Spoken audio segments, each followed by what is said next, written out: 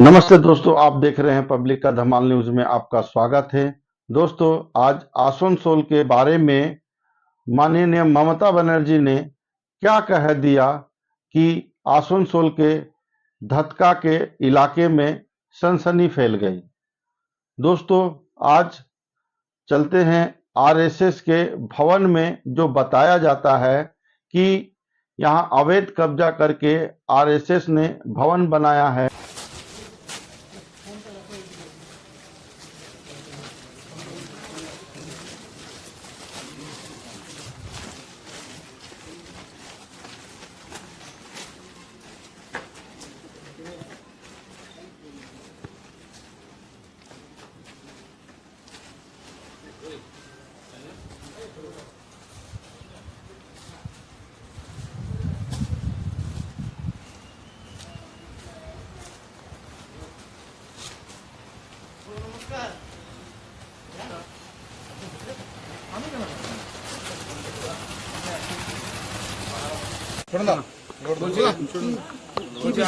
আজকে মুখ্যমন্ত্রী নবান্নে একটা অভিযোগ করেছেন যে আসানসোলে আরএসএস ভবন পুকুর ভরাট করে করা হয়েছে।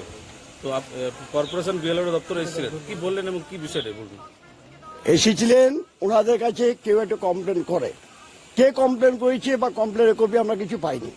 আমাদেরকে চাইছিল এই বিল্ডিং এর সাপোর্টিং ডকুমেন্টস, ডিড, এলআর পর্চা, স্যাংশন প্ল্যান, মিউনিসিপ্যালিটি ট্যাক্স, আমাদের মধ্যে সবই দেওয়া আছে, কিন্তু আমাদের সমস্ত কাগজপত্র থাকে কেসব ভবনে। আমাদেরকে কালেকশন করার জন্য দিন পর আমাদের টাইম দিতে হবে। ওনারা রাজি হলো, যে ওনারা বললো তাহলে আমি বললাম আমাদেরকে নোটিশ করুন, এমনি ই করবো না, অফিসিয়ালি করুন। ওরা বললো হ্যাঁ তাহলে নোটিশ করছি, আমার নোটিশ করুন, আমরা ঠিক অফিসিয়াল এই যা বটে আমার টাইম নেবো, সেই টাইম দেবেন, আমরা দিয়ে দেবো সব। তো অনেক পুরনো, তো কত পুরনো রয়েছে, কতদিনের ভবনটা পুরনো, তাতে কাগজপত্র সবই আছে, কাগজপত্র কাগজ। এবার সে অভিযোগ আমাদের দেখালো না, ওদের for the purpose of investigation সে অভিযোগ আমাদের দেখায়নি। এই যে আরএসএস ভবনে মূলত এই মুখ্যমন্ত্রী বলার পর অভিযান, এটা কি রাজনৈতিক ভাবে কোনো চক্রান্ত দেখছেন? দেখুন, সারা পশ্চিমবঙ্গে থেকে রাজনৈতিক চক্রান্ত চলছে, এবং বিশেষ করে আমার বলতে কোনো আর আরো ডিটেলস আপনাদের বলতে পারবো কালকে কাছে করলে। আপনারা সবাই তো দেখতে পেয়েছেন কি চলছে না চলছে। ওনারা তো বলছেন কি পুকুর আছে, পুকুরের উপরে সেটা আমি কাগজ না দেখে বলতে পারবো না, ওটা আমার ওইগুলো জিজ্ঞেস করে না, কাগজ দেখবো তারপর বলে দেবো। সময় দিয়েছেন আপনাদের? হ্যাঁ, সময় দিচ্ছি, ওরা নোটিশ করবে, তারপর সেই নোটিশ করার পর সময় ওরা দেবেন। এখন অফিসে নোটিশ করবে। পুকুর ছিল কি ছিল না? না, পুকুর কোনদিন এটা ছিল না। এবার শুনুন, এইখানে রাজনীতি কোথাও জিজ্ঞেস করেন না, কারণ এটা আমাদের নিবাস, এটাকে রাজনীতি কোনো আলোচনাই হয় না। কত সালে তৈরি হয়েছিল?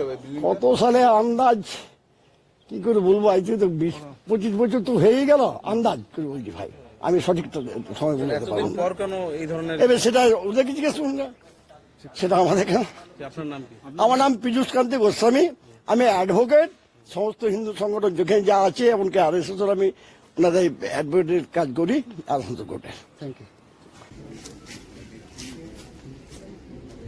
প্রোভাইড করতে ওনারা বললেন, ওরা প্রোভাইড করে দেবো। না না, কমপ্লেনটা আমাদের কাছে রিসেন্টলি এসেছে। এরকম তো অনেক কমপ্লেন আরো জমা পড়ে, যেগুলো পরে সেগুলো আমরা যা ব্যবস্থা নেওয়া সেটা আমাদের অফিসিয়াল ব্যাপার, আমি এখন বলতে। প্রাথমিকভাবে কি মনে করছেন? প্রাথমিক মনে করা কি, ওনারা বললেন, ওরা বলছেন সব কাগজপত্র আছে, প্রোভাইড করবেন, ব্যাস। আর কি মনে করার আছে? কোনো কাগজ দেখাতে পারলো?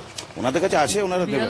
কাছে তো নিজের তথ্য থাকে, সেই তথ্য অনুযায়ী সব তথ্য সবকিছু তো থাকে না, ওটা আমরা আগে এটা দেখবো, ভেরিফাই করবো আমরা। Thank you.